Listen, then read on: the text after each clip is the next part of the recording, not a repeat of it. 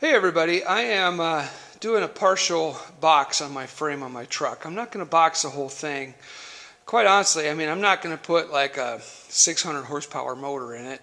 I'm putting a 350 in it that's bored 60 over. It's a good engine, it's a powerful engine, but I'm not going to put a bunch of twisting force on this thing.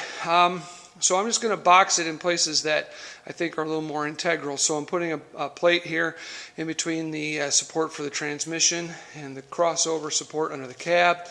And I'm going to put another one back here a little further as well on both sides. And all I've done is taken a piece of 3/8 inch steel and cut it to the size of the space in between the frames. And you can see the frame rails rather. So you can see at the bottom of that little split. That's the, I've got a nice tight fit, top and bottom. That one needs to be tapped in just a skosh, but it's about right there. Then over on this side, the same thing. And it is worth noting on another tack that when you are using a grinder, you should be very careful about where you're standing.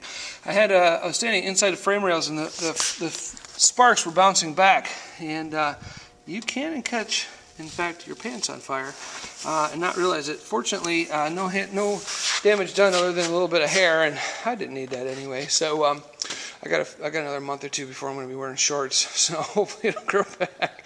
But no, seriously, guys, I preach all the time about safety, and I work very hard to be safe, and even still, things happen. So I do encourage you to be safe out there.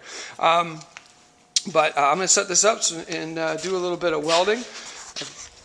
And you'll be able to see, I'm mostly right now just going to tack this in place, and I'm going to try and keep my butt out of the frame so you don't have to be looking at that, but hopefully you'll be able to see how this works. I've got an auto darkening helmet, which I love.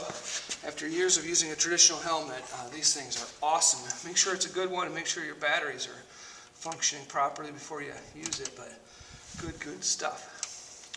So I want to make sure that's lined up exactly where I want, because I get one shot at this.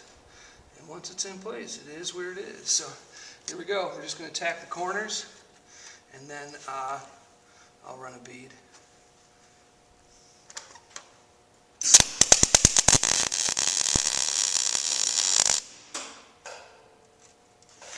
So just a little stitch right there, just to hold that in place. It's nice and flush. It's exactly where I want it. I'll come to this side and make sure it's nice and flush as well. I'll tack it here so I don't get my clamp.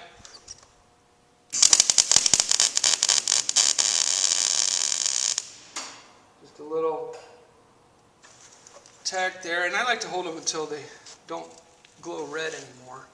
Some people say that's unnecessary, but in my opinion, it's a good idea. Here we go.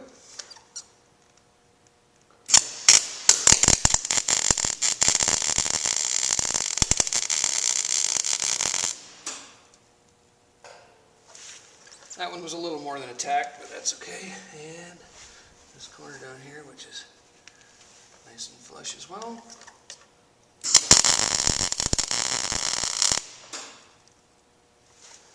And there we go. And so those 4 tacks will be enough to hold that in place.